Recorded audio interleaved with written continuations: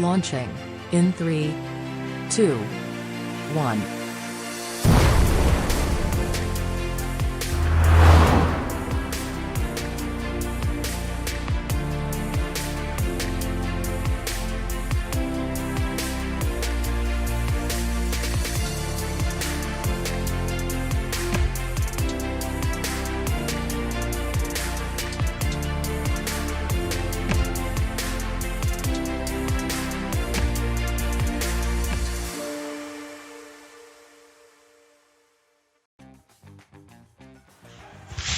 किसी भी ऑब्जेक्ट को जब तुम थ्रो करते हो तब उसका जो फ्लाइंग वाला मोशन होता है उसको बोला जाता है प्रोजेक्टाइल मोशन। जैसे जब कोई क्रिकेट खेल रहा होता है और जो सिक्सर मारते हैं तो वो जब बाउंड्री पे जाती है तो वो बॉल ऐसे प्रोजेक्टाइल की तरह प्रोजेक्टाइल मोशन की फॉर्म में जाती है। या फिर जब फुटबॉल में जब आप किक मारते हो तो वो बॉल गोल में जाती है तो ऐसे प्रोजेक्टाइल मोशन कवर करते हुए जाती है। तो इन मोशंस को बोला जाता है प्रोजेक्टाइल मोशन। तो तुम ध्यान से सोचो, प्रोजेक्टाइल मोशन को डिफाइन करने के लिए आपको क्या चाहिए? मतलब कि वो कितनी दूर जाएगा ये कैसे पता लगेगा, या कितना ऊंचा जाएगा ये कैसे पता लगेगा? ऑब्वियसली मतलब ग्रेविटी बहुत बड़ा फैक्टर है। मतलब मून पे अगर आप बॉल प्रोजेक्टाइल करोगे तो वो तो ऐसे जाती जाएगी धीरे, मतलब धीरे धीरे तो क्या वापस बहुत धीरे धीरे आएगी, क्योंकि ग्रेविटी का ज्यादा होता नहीं। मून पे 1/6 ग्रेविटी होती है तो बहुत लंबा चली जाएगी। बट अभी हम एनालिसिस अर्थ पे रखते हैं। तो प्रोजेक्टाइल को डिफाइन करने के लिए मेन फैक्टर्स क्या है? वो मेन फैक्टर्स दो हैं। एक है उस प्रोजेक्टाइल की इनिशियल वेलोसिटी, यानी कितनी जोर से फेंका, and angle of projection, ground से कितना ऊंचा फेंका। ये दो फैक्टर्स बताओ तो तुम प्रोजेक्टाइल के बारे में ऑलमोस्ट सब कुछ बता सकते हो। ऑलमोस्ट वर्ड में इसलिए यूज कर रहा हूं क्योंकि ग्रेविटी तो इफेक्ट करती है और एयर रेजिस्टेंस भी होती है, वो भी इफेक्ट करती है प्रोजेक्टाइल के मोशन को। बट अगर हम एयर रेजिस्टेंस को नेग्लिजिबल, मतलब अभी के लिए इग्नोर करें, मतलब अपने जो सिलेबस है उसमें एयर रेजिस्टेंस है भी नहीं, तो उसको अगर हम इग्नोर करें और ग्रेविटी स्टैंडर्ड अर्थ की 9.8 ग्रेविटी ले तो तुम इन दोनों से सब कुछ निकाल सकते हो। ठीक है, तो अब मुझे ये बताओ, हमें किस बात में इंटरेस्ट है प्रोजेक्टाइल के? हमें प्रोजेक्टाइल की इस बात में इंटरेस्ट है कि वो कितनी दूर जाएगा, कितना ऊंचा जाएगा, कितना टाइम लगेगा उसको अपनी एंड पोजीशन पे पहुंचने में। तो ये सारे फैक्टर्स हम कैलकुलेट कर सकते हैं सिर्फ इन दोनों पैरामीटर्स की मदद से। तो चलो ज्यादा टाइम वेस्ट नहीं करते, फील लेते हैं कंसेप्ट्स।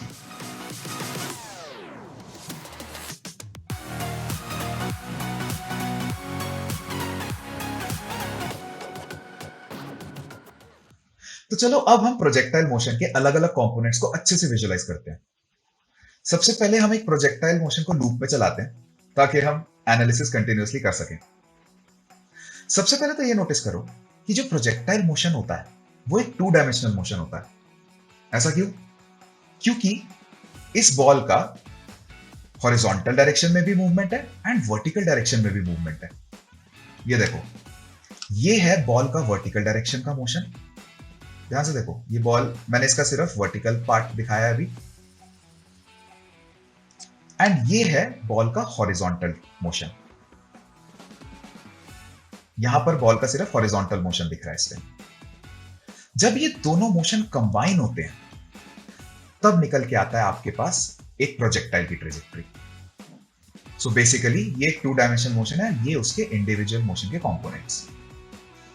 दूसरी चीज ये नोटिस करो कि ये जो ट्रेजेक्टरी है ये कर्व्ड है। ये जो पाथ बॉल लेती है वो एक कर्व्ड पाथ है। ऐसा किसकी वजह से हो रहा है? ऐसा हमें पता है ग्रेविटी की वजह से हो रहा है। लेकिन अगर तुम ध्यान दो, जो ग्रेविटी होती है वो सिर्फ वर्टिकल डायरेक्शन में लगती है। इसका मतलब वो सिर्फ वर्टिकल कंपोनेंट ऑफ मोशन को इफेक्ट करेगी, ग्रेविटी हॉरिजॉन्टल मोशन को इफेक्ट ही नहीं करेगी। ये देखो, जब मैं बॉल की स्पीड भी दिखाता हूं, ये थोड़ा, इसको एक काम करते हैं, थोड़ा स्लो मोशन में देखते हैं। ध्यान से देखो, बॉल जैसे लॉन्च होती है उसकी वर्टिकल वेलोसिटी कम होती जाती है, ग्रेविटी की वजह से कम होती जाती है, एक पॉइंट पे 0 एंड फिर वापस नीचे की तरफ बढ़ती जाती है। एंड जो हॉरिजॉन्टल मोशन है वो देखो अनअफेक्टेड है, वो तो सेम स्पीड से चल रहा है। तो ये जो यूनिक टाइप का कॉम्बिनेशन है जिसमें जो हॉरिजॉन्टल मोशन है वो बस अपना मस्ती में चलता रहता है, उसको कोई ग्रेविटी इफेक्ट नहीं करती, एंड जो वर्टिकल मोशन है वो शुरू में एकदम तेजी से ऊपर जाता है, फिर स्टॉप एंड फिर वापस नीचे की तरफ बढ़ता है। इस यूनिक से बढ़िया से कॉम्बिनेशन की वजह से आपको ये ट्रेजेक्टरी कर्व दिखती है। तो चलो अब इस विजुअलाइजेशन के साथ हम प्रोजेक्टाइल मोशन के अलग अलग एट्रीब्यूट्स को मेजर करते हैं।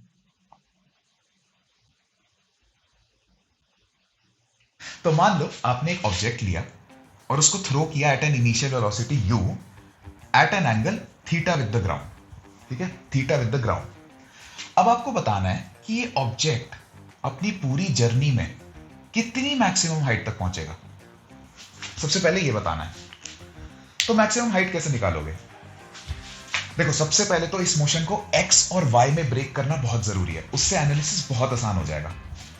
तो ध्यान, ये तुम्हें पता ही है कि जो इसका x का मोशन होगा वो नॉन एक्सेलरेटेड होता है, वो तो सिंपल बस चलता जाता है, ग्रेविटी तो नीचे की तरफ होती है, तो ग्रेविटी सिर्फ उसके वर्टिकल मोशन को इफेक्ट करेगी। तो हम एक काम करते हैं, इसको दो कंपोनेंट्स में स्प्लिट कर लेते हैं, x और y में। तो इसका जो x वेलोसिटी होगी इस बॉल की वो होगी ux क्या होगा, u cos थीटा, और जो y कंपोनेंट होगा इसका वेलोसिटी का वो होगा uy, कितना होगा, u sin थीटा। अब इस प्रोजेक्टाइल की जो मैक्सिमम हाइट होगी वो उसके y कंपोनेंट की ही तो मैक्सिमम हाइट होगी। x कंपोनेंट तो y के मोशन को इफेक्ट करेगा नहीं, हॉरिजॉन्टल है वो वर्टिकल को इफेक्ट करता नहीं है। तो इसकी हाइट निकालने के लिए आप बस इसकी y कंपोनेंट की हाइट निकाल लो, और y कंपोनेंट तो बस एक ऑब्जेक्ट इन फ्री फॉल है, उसको आपने uy वेलोसिटी से ऊपर फेंका और ग्रेविटी ने उसको नीचे खींच लिया। तो ये तो एक सिंपल 1D मोशन हुआ, इसमें तो आप न्यूटन की 1D इक्वेशंस भी लगा सकते हो। तो एक बात बताओ, मैक्सिमम हाइट जब होगी, लेट्स से इमेजिन करो एक बॉल है जो सिर्फ 1 डायमेंशन में मूव कर रही है फ्री फॉल में, ठीक है। अब जब आप इसको uy वेलोसिटी से फेंकते हो तो मैक्सिमम हाइट कब रीच होगी, जब उसकी फाइनल वेलोसिटी जीरो हो जाएगी। तो उसकी फाइनल वेलोसिटी जीरो हो जाएगी, इनिशियल आपको पता है uy है, और आपको डिस्प्लेसमेंट निकालनी है, हाइट निकालनी है। तो कौन सी इक्वेशन लगेगी, third equation of motion Newton की। तो v square equal to u square plus 2as, ठीक है। साइन कन्वेंशन याद रखना, ऊपर पॉजिटिव नीचे negative, and right positive left negative. तो v हो गया 0, u हो गया uy मतलब u sin थीटा, ठीक है, uy स्क्वायर प्लस 2 माइनस 10 या 9.8 माइनस g s, ठीक है, s हो गया आपकी हाइट। तो s कितना आ गया, plus uy square upon 2g, देख रहे हो। तो ये आ गई आपकी मैक्सिमम हाइट, और ये हाइट सिर्फ y कंपोनेंट की नहीं है, इस प्रोजेक्टाइल की भी हाइट ऐसे ही निकलेगी। आपको इनिशियल वेलोसिटी दे रखी है, थीटा दे रखा है, u square sine square theta upon 2g, वो हो गई उसकी मैक्सिमम हाइट। यहां पर h लिख देता हूं। अब बताना है कि इसने मैक्सिमम रेंज कितनी ट्रैवल करी, ठीक है। ये मैक्सिमम इसने जो यहां तक जो रेंज ट्रैवल करी है, रेंज वो कितनी है शुरू से लेकर एंड तक। तो हमने ये देखा था कि इसका जो एक्स मोशन है, जो हॉरिजॉन्टल मोशन है, वो तो एक्सेलरेटेड होता भी नहीं है, ग्रेविटी तो इसको इफेक्ट करेगी नहीं, ग्रेविटी वर्टिकल में है तो हॉरिजॉन्टल मोशन इफेक्ट होगा नहीं। तो ये तो u cos थीटा से शुरू करेगा और u cos थीटा से ही चलता जाएगा। तो यहां तो speed equal to distance upon time लग जाएगा, सिंपल। तो ध्यान से देखो, स्पीड यानी ux cos theta, oh sorry u cos theta, ux तो u cos थीटा ही है, ठीक है। u cos theta speed equal to distance upon time, कितना लगा इसको ये ट्रैवल करने में, ठीक है, टाइम। अब हमें टाइम नहीं पता, टाइम कैसे निकालोगे कि इसने पूरा जो प्रोजेक्टाइल मोशन कंप्लीट किया उसमें टाइम कितना लगा। टाइम उसको उतना ही लगा जितना उसको ऊपर से नीचे आने में लगा, है ना। तो आप बेसिकली देखो, एक्स मोशन तो नॉर्मली चले जा रहा है, उसको तो आप रोकोगे नहीं तो वो चलता जाएगा, बट वाई का जो मोशन है वो ऊपर से जाके कभी तो नीचे आएगा, कभी तो उसकी डिस्प्लेसमेंट वापस जीरो होगी। इसका ये मतलब है, अगर मैं सिर्फ उसका Y component of motion analyse कर लूं तो मुझे इसका टाइम ऑफ फ्लाइट भी मिल जाएगा पूरा का पूरा। तो एक काम करते हैं, सिर्फ वाई का मोशन फिर से एनालाइज करते हैं। अब देखो, वाई का मोशन जब कंप्लीट हो जाएगा तो डिस्प्लेसमेंट कितनी होगी, जीरो, बॉल वापस आ चुकी है ना। उसकी इनिशियल वेलोसिटी पता है, u sin थीटा, और हमें क्या निकालना है, टाइम। तो न्यूटन की सेकेंड इक्वेशन ऑफ मोशन लग जाएगी। देखो, s equal to ut plus half a t square, ये हो गई सेकेंड इक्वेशन। s डाला 0, u क्या डाला, uy, t हमें पता जानना है, plus half sine convention minus g into T square. तो ये क्वाड्रेटिक इक्वेशन है। क्वाड्रेटिक मतलब देखो, वेरिएबल पे पावर चढ़ी हुई है, स्क्वायर मतलब क्वाड्रेटिक मतलब पावर 2 चढ़ी हुई है। तो इसके दो सोल्यूशन होंगे। तो ये इक्वेशन कैसी निकलेगी, तो इससे क्या मिल गया, t equal to 0, 2uy by g. तो दो सोल्यूशन क्यों आए समझो, क्योंकि हमने क्या किया, इस इक्वेशन में डिस्प्लेसमेंट जीरो डाल दिया। तो इस इक्वेशन ने हमें क्या बताया कि डिस्प्लेसमेंट जीरो कब कब है। डिस्प्लेसमेंट जीरो इनिशियली भी तो होगा जब बॉल बिल्कुल रेस्ट पे जब शुरू में थी बिना लॉन्च करने से पहले, एंड फाइनली 2u/g के बाद भी बॉल वापस अपनी इनिशियल पोजीशन पे आ जाती है। तो बेसिकली यहां पर हमको टाइम ऑफ फ्लाइट मिल चुका है, हमें ये पता लग गया है ऊपर से नीचे कितनी देर में जाएगी आएगी, है ना। तो उससे यही पता लग गया ना कि बॉल पूरा का पूरा प्रोजेक्टाइल कितनी देर में कंप्लीट करेगी। तो टाइम ऑफ फ्लाइट मिला 2u/g, इसको डाला इस इक्वेशन में, क्योंकि हॉरिजॉन्टल तो बस speed equal to distance upon time, acceleration है ही नहीं कोई, है ना। तो r क्या आ गया, t into you cos theta, you cos theta क्या था, ux, ठीक है, इसको ux लिख देते हैं, ux, ठीक है। तो r आ गया, रेंज निकालने के लिए आ गया ux इंटू t, और t क्या था 2u/g, 2u/g। तो इसको अगर हम अच्छे से अरेंज करके लिखे तो अरेंज आ गया 2ux u/g। तो प्रोजेक्टाइल मोशन से रिलेटेड तीन फॉर्मूला हमारे पास आ चुके हैं, मैक्स हाइट का, रेंज का और टाइम ऑफ फ्लाइट का। तो अगर तो आपसे कोई सिंपल सा क्वेश्चन पूछा जाता है जैसे स्ट्रेट फॉरवर्ड सा कि एक इनिशियल वेलोसिटी दे रखी है और थीटा दे रखा है, थीटा को एंगल ऑफ प्रोजेक्शन भी बोलते हैं, तो अगर ये दो चीजें दे रखी हैं और पूछा है हाइट, रेंज और टाइम ऑफ फ्लाइट बता दो, तो बता देना, वो तो सिंपल है। बट अगर थोड़ा सा भी कॉम्प्लिकेटेड या कॉम्प्लेक्स सा क्वेश्चन आता है ना, हल्का सा टफ सा, तो आपको बेसिक्स पता होने चाहिए। हमने कुछ नहीं किया, एक प्रोजेक्टाइल मोशन को एक्स और वाई में स्प्लिट किया, और एक्स का मोशन तो बस चलता जाता है, उसको तो कोई ग्रेविटी इफेक्ट नहीं करती, कोई एक्सेलरेशन नहीं होती, और वाई का जो मोशन है उसमें बस ग्रेविटी इफेक्ट करती है, बट एक्चुअली वो होता है एक तरीके, मतलब 1D मोशन ही हुआ वो, अगर हम उसको स्प्लिट कर रहे हैं एक्स और वाई में, तो आप 1D मोशन का एनालिसिस लगा देना वाई में, इनफैक्ट एक्स में वाई में दोनों में, एंड वो क्वेश्चन आराम से सॉल्व हो जाएगा। तो चलो एक सिंपल सा इंटरेस्टिंग सा क्वेश्चन करते हैं। मान लो एक प्लेन है जो 100 मीटर पर सेकेंड से ट्रैवल कर रहा है at a height of 1 kilometre from the ground, 1 kilometre from the ground, ठीक है। ग्राउंड पे कुछ डिस्टेंस आगे एक टारगेट पड़ा है जिसको तुम्हें डिस्ट्रॉय करना है, एंड तुम पायलट हो मान लो। तो तुम्हें ये बताना है कि प्लेन को, ये जो बॉम्ब जो तुम्हारे पास है, जो तुम सिर्फ ड्रॉप करोगे, वैसे लॉन्च नहीं करोगे, बस ड्रॉप करना है प्लेन से, तुम्हें कब ड्रॉप करना चाहिए कि जाके वो जो बॉम्ब है वो टारगेट को हिट करे। ये क्वेश्चन है, इंटरेस्टिंग है ना। बट अगर तुमने ये बोला कि हाँ जब टारगेट के ऊपर हो प्लेन तब ड्रॉप कर देना, तो नहीं यार, कैसी बात कर रहे हो भाई। प्लेन की वेलोसिटी भी तो उसमें अपने आप ऐड हो जाएगी, जब बॉम्ब ड्रॉप करोगे तो प्लेन कितनी जोर से चल रहा है, तो बॉम्ब की जो इनिशियल वेलोसिटी होगी वो 100 मीटर पर सेकेंड होगी हॉरिजॉन्टली। तो अब तुम्हें बताना है कि मतलब कितना हॉरिजॉन्टल दूर होना चाहिए ये प्लेन, ये डिस्टेंस कितना होना चाहिए जब उसने बॉम्ब ड्रॉप किया, तब जाके वो टारगेट पे हिट करे। इंटरेस्टिंग क्वेश्चन है ना। तो इसमें तुम वो टाइम ऑफ फ्लाइट, हाइट और रेंज वाले फॉर्मूला मत लगा देना, वो एक बहुत ही आइडियल सिनेरियो था जब बॉल आप ग्राउंड से ही लॉन्च करते हो और वो ग्राउंड पे ही वापस आती है। यहाँ पर बॉल ग्राउंड से लॉन्च नहीं हो रही, कहीं और जाके गिर रही है, तो थोड़ा सा कॉम्प्लिकेटेड सिनेरियो है, इसलिए कॉम्प्लिकेटेड तो ऐसे ही बोल रहे हैं। बस ये माइंडफुल रहना कि एक्स और वाई में स्प्लिट करके करो ये क्वेश्चन, वो ज्यादा आराम से हो जाएगा क्वेश्चन। तो चलो शुरू करते हैं।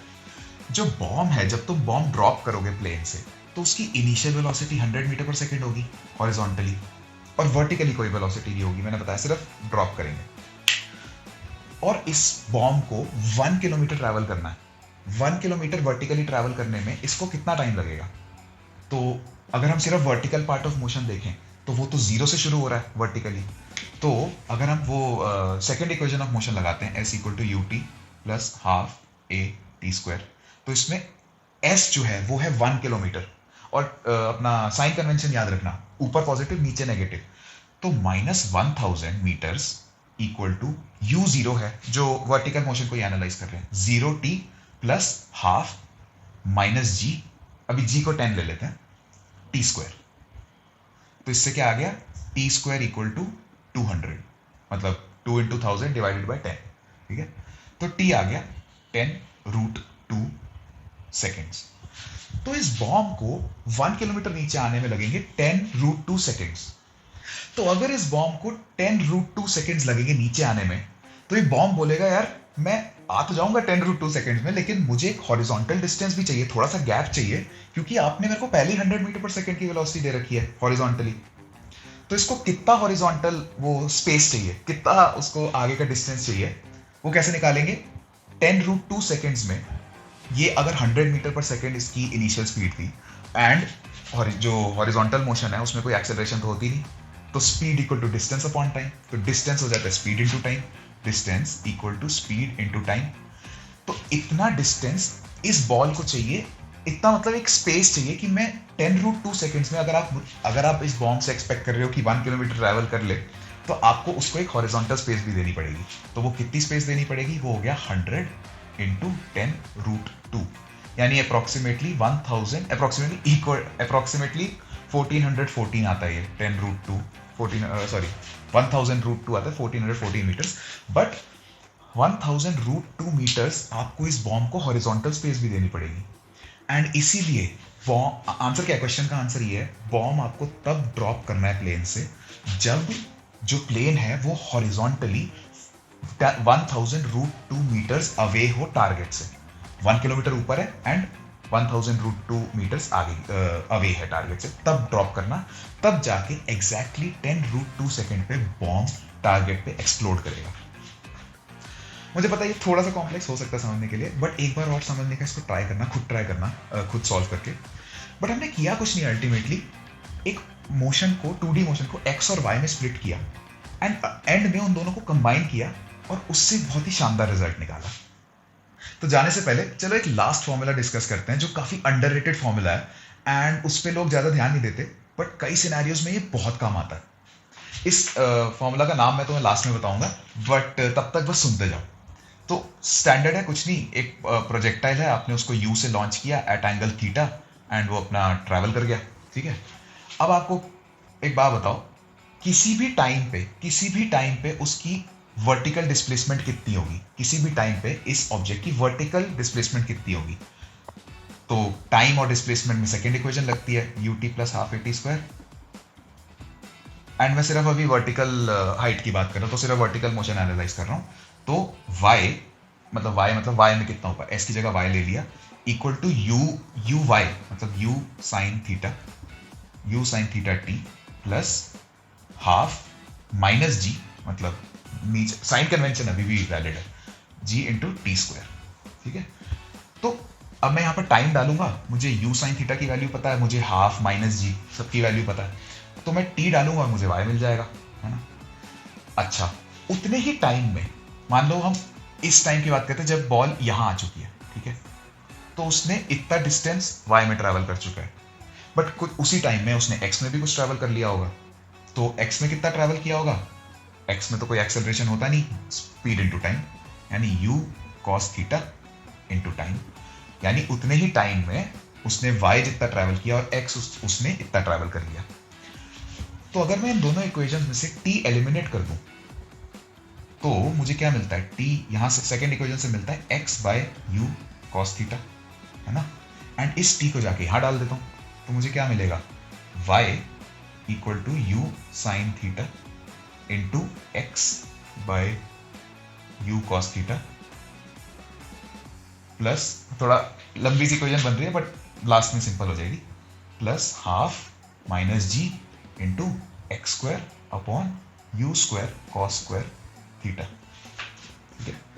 अब देखो इसमें क्या, मैं इसको थोड़ा सा अगर हम रीअरेंज सिंप्लीफाई करें तो क्या निकलता है? यू कट जाएगा, साइन थीटा cos, तो ये मिलेगा x tan थीटा माइनस, वो माइनस बाहर ले आया, g x square upon 2 u square cos square theta.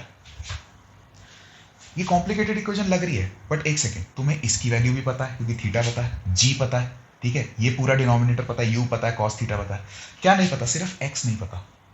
तो अगर तुम x की वैल्यू डालोगे y की वैल्यू आ जाएगी। इस इक्वेशन को बोला जाता है इक्वेशन ऑफ ट्रेजेक्ट्री। क्यों? तुम इससे क्या निकलेगा? तुम ये बता पा रहे हो कि जब बॉल किसी भी हॉरिजॉन्टल डिस्टेंस पे है, चाहे वो यहां पर है, चाहे वो यहां पर है, चाहे वो यहां पर है, इसके कॉरेस्पॉन्डिंग वो हाइट कितनी है उसकी, यानी आप पूरी की पूरी ट्रेजेक्ट्री की इक्वेशन बता रहे हो। इसीलिए इसको बोला जाता है equation of trajectory, which is a relationship between the vertical distance covered by the ball and horizontal distance covered by the ball. Time है ही नहीं इसमें, आप एक्स बताओ, वाई निकल आएगा कि इतनी दूर बॉल कितनी ऊंची थी। इंटरेस्टिंग है, काफी सिनेरियोज में यूजफुल भी होगा, काफी में नहीं भी होगा। काफी में तो वो स्टैंडर्ड अपना दो में स्प्लिट करके एनालाइज हो जाएगा, बट ये इक्वेशन बहुत इंटरेस्टिंग है और वर्थ लुकिंग एट थी अपने जस्ट मेंटल ग्रोथ के लिए। तो जाते जाते प्रोजेक्टाइल मोशन के बारे में दो इंटरेस्टिंग प्रॉपर्टी सुन के जाओ। सबसे पहले ये कि जब बॉल अपने टॉप मोस्ट पॉइंट पे पहुंचती है, तब टॉप मोस्ट पॉइंट पे उसकी वर्टिकल वेलोसिटी जीरो होती है। ये देखो, जब मैं स्लो मोशन करता हूं बॉल को, टॉप मोस्ट पॉइंट पे देखना, उसकी वेलोसिटी इंस्टेंट, एक पर्टिकुलर इंस्टेंट के लिए जीरो हो चुकी होती है जब वो अपने टॉप मोस्ट पॉइंट पे होता है। एंड फिर धीरे धीरे ग्रेविटी उसको वापस नीचे लाना शुरू कर देती है। दूसरी प्रॉपर्टी ये है कि आप प्रोजेक्टाइल को जिस भी एंगल से लॉन्च करते हो, जैसे अभी हमने 60 डिग्री से प्रोजेक्टाइल को लॉन्च किया है, ठीक है, तो ध्यान से देखो, इसकी जो वेलोसिटी है, वर्टिकल वेलोसिटी, वो धीरे धीरे नीचे कम होती जाएगी, फिर एक इंस्टेंट पे जीरो हो जाएगी, जैसे हमने अभी डिस्कस किया, फिर वापस बढ़नी शुरू हो जाएगी नीचे की तरफ। बट जब ये बॉल एंड करेगी ना अपना मोशन, लास्ट का जो पॉइंट होगा, जब वो बिल्कुल ग्राउंड को टच करेगी, मैं देखो टाइम रोक दिया 1 मिनट के लिए, जब बॉल को लास्ट में टच होगा, तो वो जो एंगल होगा जो वो ग्राउंड के साथ बनाएगा, वो एग्जैक्टली 60 डिग्री होगा। हमने 60 से ही लॉन्च किया था, तो वो था 60 डिग्री अबव द ग्राउंड, ये एंगल बनेगा 60 डिग्री बिलो द ग्राउंड। तो आई होप तुम्हें ये वीडियो पसंद आई होगी। कोई भी डाउट्स आए तो नीचे कमेंट्स में पूछना, मैं बिल्कुल आंसर करूंगा। एंड जो सिमुलेशन है उसका डाउनलोड लिंक डिस्क्रिप्शन में है ही, तो वो जरूर जाके ट्राई करना। और बाकी हम मिलते हैं अगली वीडियो में।